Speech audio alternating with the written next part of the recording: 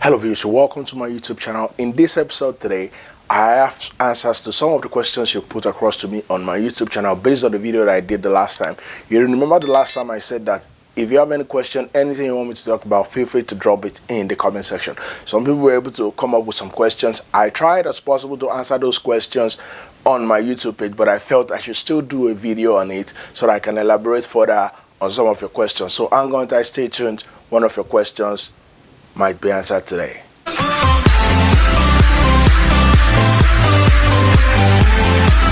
Alright viewers, so welcome back to my YouTube channel. I still remember my humble self, MC Bernardino. This is Canada Reality, where I dish out content for those that are in Canada and those that are aspiring to migrate into Canada. Is this your first time on this YouTube channel? Please do me the honor, hit on the subscribe button, turn on the notification bell so that anytime I drop a video, you'll be among the first to get it. For our returning viewers, thank you very much for believing in us. Please hit on the likes button and don't forget to share this video with whoever you feel will benefit from it. Alright, so just like I said in the introduction, that this video is just dedicated to answering some of the questions that you've asked me on my YouTube page on my last video. So I'll be doing justice to some of your questions. And once again, I want to use this opportunity to ask you again, to implore you, if there's anything you're not so much clear about, if there's anything you need me to elucidate on, any topic you want me to discuss about, feel free to drop it in the comment section. I might not be able to answer everybody, but I'll try as much as possible to answer most of you, whatever questions you want to listen to. And just a caveat out there, just as you can see on my YouTube channel, I'm not an licensed immigration consultant. I'm just a YouTuber who have been through the immigration process, who knows about it, and I feel I should share my knowledge with people out there. All right, so my first question today that I got from one of my subscribers was, please, must one have MSc before qualifying for express entry route? This is emphatic no. You do not necessarily need to have MSc Masters before you can qualify for express entry. I mean, with a BSc, you can qualify for express entry. I mean, with diploma, you can qualify. But the question now becomes, will that degree that you have, your diploma that you have, will that qualify you for enough points? That's another question you need to talk about. So if you have MSc Masters, that gives you more points. But don't forget that it's not just a parameter of the MSc that you have alone that determine what score you will have. So other factors are impinged on it, like your age, your work experience, your language. All other factors are what determines what accrued your CRS point that gives you higher points. So if you have MSc, PhD, the higher you have it, the lower your age, those are what gives you more points. But necessarily for you to create a profile, you do not need to have an MSc. I hope I've answered your question. If I've done that, please smash on the likes button and don't forget to share this video. All right, so this next question is, please, for study permit, majority of the 2021 application using the old portal are still hanging, while those that applied through the new portal in 2022 have their student permit approved. Can you do analysis of the approval rate via the two portals to guide further? Thank you. All right, so the information you're giving out there, statistically, you don't have a fact to back that up, to say that the new portal and the old portal, there's a difference and stuff like that. But the only thing I want to agree with you is that there's a delay for those that are applied now. It's a huge delay. I mean, those that have applied in the past, there's a huge delay in study permit. And IRCC have made it clear that it is due to the backlog of the pandemic. Now that we know that pandemic is out of the way now, I mean, for majority, but they are still trying as much as possible to clear the backlog. I mean, so all I would just tell you is just exercise patience. It will get to your turn. All you need to be focused on is whenever it gets to your turn, you should get the approval rate. Smash on the likes button if you like the video. All right, so here's another question from one of my subscribers, and the question from her is, thanks for the video. Please talk about flagpoling in Canada, especially converted visitors visa to work visa within Canada. Thanks. All right, that's a very good question, and I'm actually working on making a full video on flagpoling. For those of you that don't know what flagpoling is all about, it's legally, it is allowed for those that are already in Canada. If you want to change your visa, I mean, take for instance, when you came to Canada, you're on a temporary visa and you want to change it to a work visa, a permanent resident, as the case is, whatever you want to change it to. All you need to do is you need to step out of Canada by going to the US, but I go to the US, not necessarily going into the US internally, but you go to the border side of the US and you come back into Canada. So that is seen as if you are just coming into Canada fresh. So that is majorly, flagpoling is more for those that are in Canada that wants to change their visa processing. So that's a very good question. Just like you said, it is allowed in Canada, it is legal, But the only thing is that Canada border, they try as much as possible to not to encourage it, because they have a lot of work in their hand, and they know that when they encourage that and people go through that flagpoling process, then they have to attend to those people too, and it's more work for them. But it's legal. That's not been deemed illegal in Canada. You can do it if you deem fit. If you need to change your visa, you can do that. But watch out for a video on that, because I promise I'm working on getting the facts, getting the data, so that I can actually make a video on that. Smash the like button if you enjoyed this video. Another good question from one of my subscribers that commented. The question goes, thanks for your video. Please, can you do a video on the procedure to take if you want to change your college to another college upon entry into Canada?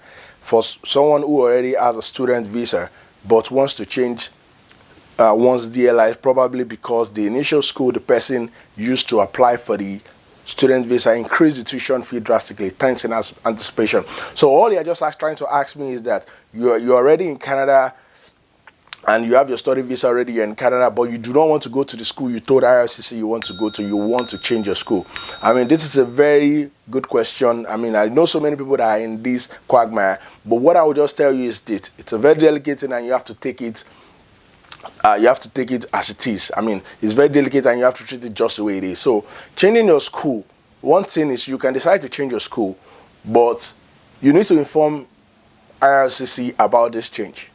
They need to know about this change. I mean, because changing your school means that you have to tell your former school that probably if you have paid your tuition fee, they should transfer your money to the new school. And another thing again is that the new school that you're going to now, is it the same academic session with the one that you used to got your visa? Or you have to wait for 3-4 months without going to school just for the new school to resume the academic session you want to resume? So those are the intricacies that are involved in this. But what I will tell you is this: if you are changing a designated learning institution to another one, it is most appropriate to inform IRCC about it.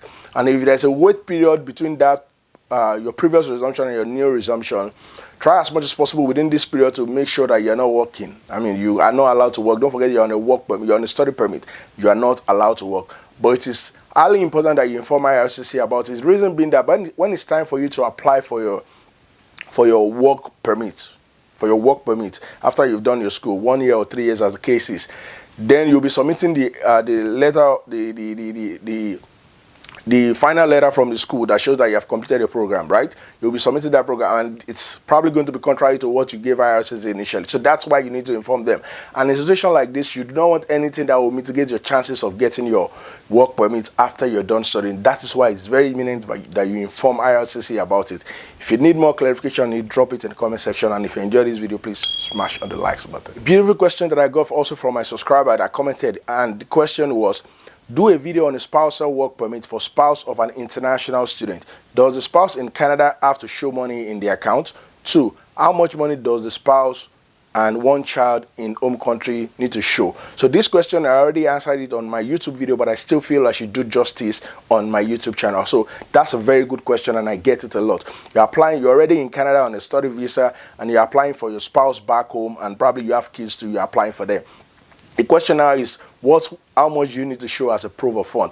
Now, if you have done this before, I've done it for people before in the past. I mean, I've guided people through the past before. And the moment you open a profile on IRCC website stating that you want to apply for work permit, for spousal open work permit, there's never any part of the upload that requires you to upload a work permit. I mean, I can tell you emphatically, let's get down. You are applying for work permit. So the person coming in is coming to work. Not coming to, when you came in, you're coming to study. You came in to study, and that's why you need to upload proof of funds, because you're coming on a study. But your partner is coming to work. So work permit is not required. I said work permit. Proof of fund is not required from your partner back home or you here. But I always say, if you have some starting money, you don't need to have a lot of money in your bank account. Probably you here or she there or he there, wherever the case is, you can still just put it in other documents, client information, additional document, but it is not a major requirement. So I hope you understand that. If you need further clarification, drop it in the comment section. And if you enjoyed this video, please smash on the likes button. Don't forget to share likewise. Moving on to my next question, and it goes thus. MC Bernardo, please clarify the issue for me. Is it all lost for someone with a second class lower to study in Canada? Are there other courses you would qualify for? All right, so Probably second class lower for those that are not from Nigeria. That's a grade. If you finished your bachelor's in Nigeria, that's one of the grades. So with a second class lower, I can tell you that you can get an admission in a school. For colleges, I'm sure you will not really have to go through a lot to get an admission. But for university admission, for masters, it might be a bit more competitive, but for some schools, you will still get. I might not be able to name some schools for you here, but if you chat me on my Instagram, Canada Reality, we can actually do a research together and I can tell you what you can do about it. But for sure, with a second class lower, you can get an admission to study in Canada. So don't be worried about it. Smash on the like button if you enjoyed this video. My next question is, I have a 7 years in store manager, as a store manager. Probably that's what this person is trying to say. Can I apply for express entry for my immigration? Yes, you can. All you have to do is, as a manager, store manager, go on the NOC code and see where it falls under. Make sure it's not OA or B and go for it. And you can also apply for provincial nominee as cases. Another question is this. Hello, sir.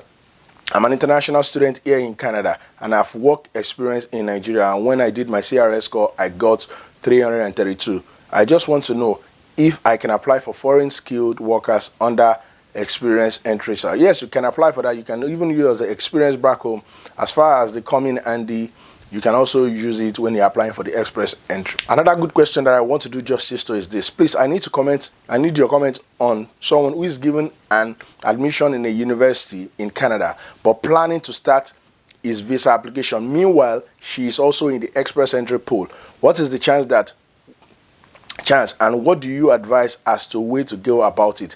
Thanks, as I look forward to your reply. This person, I already replied to you on my YouTube page, but I still feel I should do justification to it here. So what you're saying is you want to apply for study visa, but you also have an application in the you also want to do express entry. I mean, you're kind of confused. Can you do the two together? That's a very good question. Dual intent is allowed in Canada. I mean, it is allowed. That's dual intent. You want to come and study and you also want to have express entry. That would not come against you. So don't be really worried about it, that probably because you're stating as a student, you're saying that you're going to go back to your country when you're done studying, and they can see probably you're in the express entry too, you want to come into Canada. That won't reduce the chances of your study visa getting approved. Once again, if you go online, type in dual intent, you can see on IRCs that it is legal for you to have a dual intent. So that won't stand against you. Please go ahead. If you have the requirement, you qualify for it, please go ahead and apply for both. If you enjoy this video, please smash on the likes button. This person is asking, LOMC, please, can someone buy a house in Canada and use the opportunity to migrate to the province? Well, I can't really categorically state if there's any province that allows, because you are buying a house, as a result of that, they will give you a PR and stuff like that. But I know of some provinces that if you invest in their province, for sure, that will be a pathway for you to become a permanent resident in that province. So you can look up New Brunswick, Prince Edward Island, Nova Scotia, some of these provinces. If you invest in that province, you stand a very good chance of getting their PR. So investment, you bringing a business there, and there are some criteria that you have to read online to know actually how you fit into this. If you enjoy it, please smash on the likes button. Another very good question is, do I need to pay school fee before applying for visa? It is not a must for you to pay your school fees when you're applying for your study visa. It is not a must, it's not a requirement. When you're filling your study visa application online on IRCC website, they will never state there that emphatically you have to pay. No. But I always advise, don't forget that when you're applying for visa, you are not there. All your documents that speaks for you. So when you want to impress the visa officer to show that you're serious about it, paying your tuition fee shows your seriousness. If you cannot pay the whole tuition fee, I say pay half of the tuition fee, because that shows that you're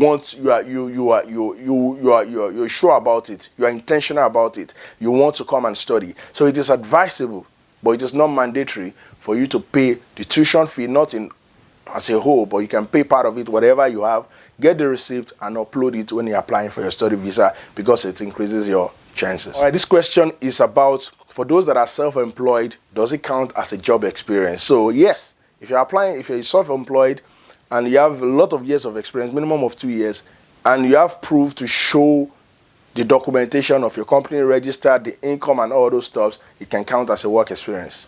Yes, as long as you get the documentation right, it can count. My last but not the least question is, please, how can a single mom migrate to Canada?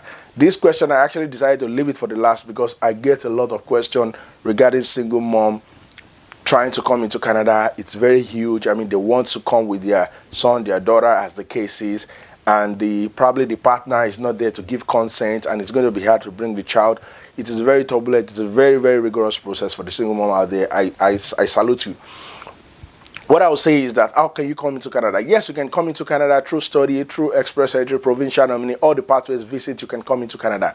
But what you need to do is, as far as the child is, as if the child is still a minor, under 18, you need a letter that shows custody letter that shows that there's a consent from the partner that shows that he or she, the partner, as the case is, he or she consent to you bringing the child to Canada. So that is all you need. If you can go to the court, get the documents you need, you can actually migrate into Canada. So I know it's tough, it's rigorous, especially if the other partner is not cooperating with you. But with prayer and you doing all you have to do, you can actually get it right. If you enjoyed this video, please smash on the likes button. Alright viewers, I hope you actually liked the video that I brought for you today. In this video today, I try as much as possible to answer some of the questions, some of the yearnings, those questions that you've asked me on my YouTube page. That is what I dedicated this channel for. Don't forget, sometimes if I don't have anything to actually talk about, I want to use the opportunity to answer some of your questions. And I want to use this opportunity to implore you, if you have any question, anything you want me to talk about, feel free to drop it in the comment section. Just like I did in this session, I will also be answering some of your questions. But try as much as possible to probably watch some of my videos in the past, because some questions I might not be able to tolerate it because I've done videos about it in the past. So you might want to go to my playlist on my YouTube channel, Canada Reality, watch some of my previous videos. I have over 100 videos on YouTube channel dishing out information for those that are in Canada and those that want to come into Canada. And likewise too, on my social media handle, Instagram, Facebook, Twitter, I post regularly there. If you have any information, it can also be very helpful. Canada Reality. Till I come back to you again on this platform, I remain your one and only MC Bernardino. Stay safe. See you in Canada very soon.